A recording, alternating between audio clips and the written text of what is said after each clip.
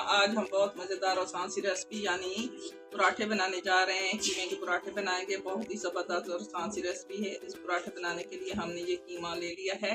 ये हमने बकरे का कीमा ले लिया है। इसमें तमाम चीज़ें हमने डाल के इसको पका के हमने रख लिया है। उसके बाद हमने ये पेड़े बना रही हैं घर के आटे के। ठीक है जी, ये ऐसे ये देखें जी, हमने दही ले लिए 1 पाव। इसमें हम थोड़ा सा जीरा और इसकी हम रोटियां बेल रहे हैं। ठीक है जी,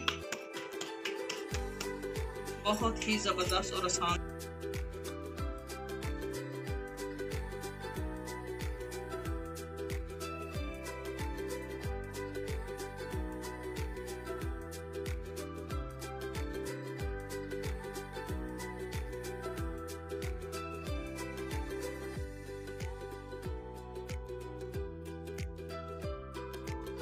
मजेदार और आसान रेसिपी यानी पराठे हमने बना रखे हैं। प्लेट में शिफ्ट करेंगे।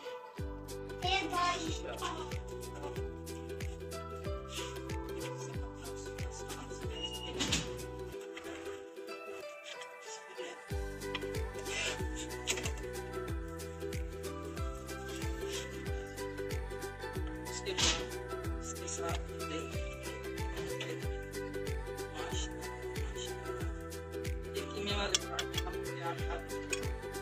बहुत ही जबरदस्त आसान सी रेसिपी है। इसको बच्चे बड़े बहुत शौक से खाते हैं।